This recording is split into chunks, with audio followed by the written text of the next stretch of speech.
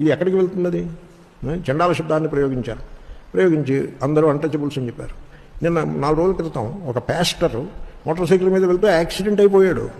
తెల్లవారుజామున ఫాగ్లో వెళ్తుంటే ఆ దుమ్ము ఫాగు కలిసి దారి సరిగ్గా కనపడక ఆ రోడ్లు బాగుండవండి. అక్కడ ఊరు దగ్గర అక్కడ రోడ్లు అధ్వానంగా ఉంటాయి. ఏ గొయ్యో రాయో ఏదో బండరాళ్ళు పెడతారు రోడ్డు మధ్యలో, ఏదో తగిలి పడిపోయి తలకి దెబ్బ తగిలి ఆయన పోయినాడు. సరే, ఏదో ఇన్వెస్టిగేషన్ అవుతోంది. దానికి మత కోణాన్ని తగిల్చి పెద్ద యాజిటేషన్. రాజమండ్రి అంతా ఉలిక్కిపడింది.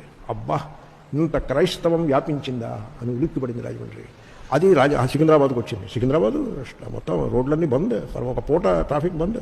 ఎందుకంటే ఇంత క్రైస్తవం వ్యాపించిందా అని నన్ను అడిగితే, ఈ క్రైస్తవం వ్యాపించడానికి కారణమేమి అని నన్ను అడిగితే, నేను ఈ సెకండరీ కాజెస్ చూడను. వాళ్ళు ఇవాంజలిస్టులు, డబ్బులు వస్తున్నాయి, డబ్బులు అందరికీ వస్తున్నాయి. డబ్బులు అనివాడు ఎవడో నాకు కనపడలేదు. దేవుడి పేరుతో ప్రతివాడు డబ్బులు వసూలు చేస్తూనే ఉన్నాడు. కాబట్టి ఇవన్నీ చెప్తారు. ఇవన్నీ ఎక్స్ట్రేనియస్ కాజెస్, వాటిలో కొంత వాస్తవం ఉండొచ్చును.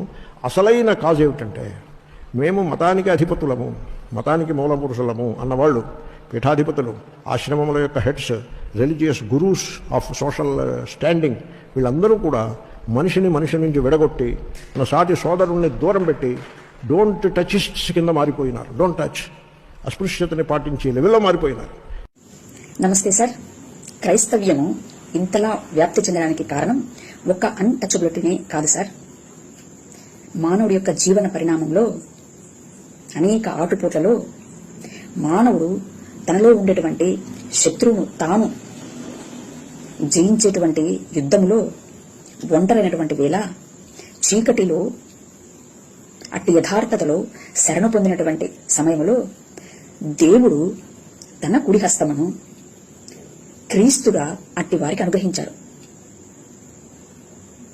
లోకములో చచ్చినటువంటి వారు దైవీ విషయంలో జీవించుటకు క్రీస్తును గురువుగా విశ్వసించి దేవుని కృప క్రీస్తునందు సంపూర్ణమయ్యున్నది అని మనోనేత్రాలతో గ్రహించినటువంటి వారై క్రీస్తు గురించినటువంటి మాటను విశ్వాసముతో శ్రవణ మనన నిధిధ్యాస చేస్తూ ఆయన యొక్క సంపూర్ణతలోనికి పరిపూర్ణమయ్యే దిశగా అంతర్ముఖముగా వారి యొక్క భక్తి అయి ఉన్నది.